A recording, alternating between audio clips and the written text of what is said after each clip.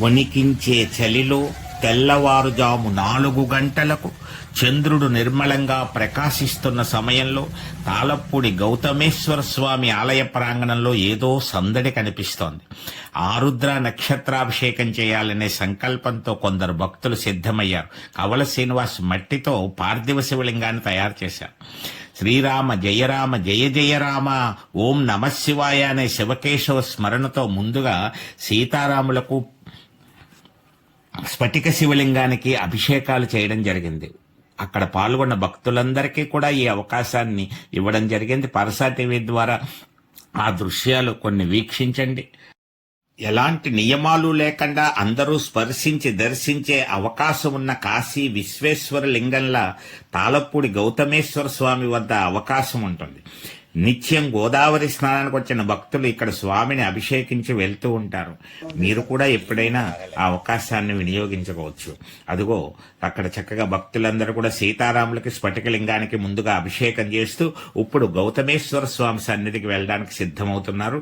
చక్కగా మీ అందరూ కూడా వీక్షించి ఆనందించి రామ ఓం నమ శివాయ శ్రీరామ జయ ఓం నమ శివాయ శ్రీరామ జయ రామ జయ రామ జయ జయ రామ ఓం నమ శివాయ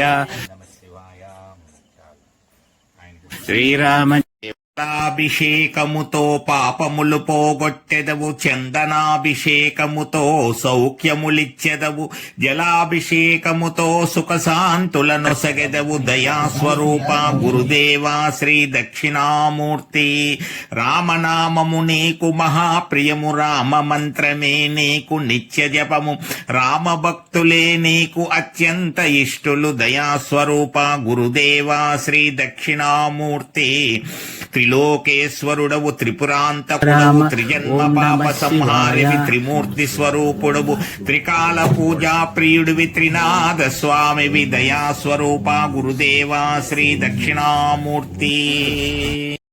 నమ శివాయ నమ శివాయ ఓం నమ శివాయ నమ శివాయ నమ శివాయ ఓం నమ శివాయ నమ శివాయ ఓం నమ శివాయ నమ శివాయ నమ శివాయ ఓం నమ శివాయ నమ శివాయ నమ శివాయ ఓం నమ శివాయ.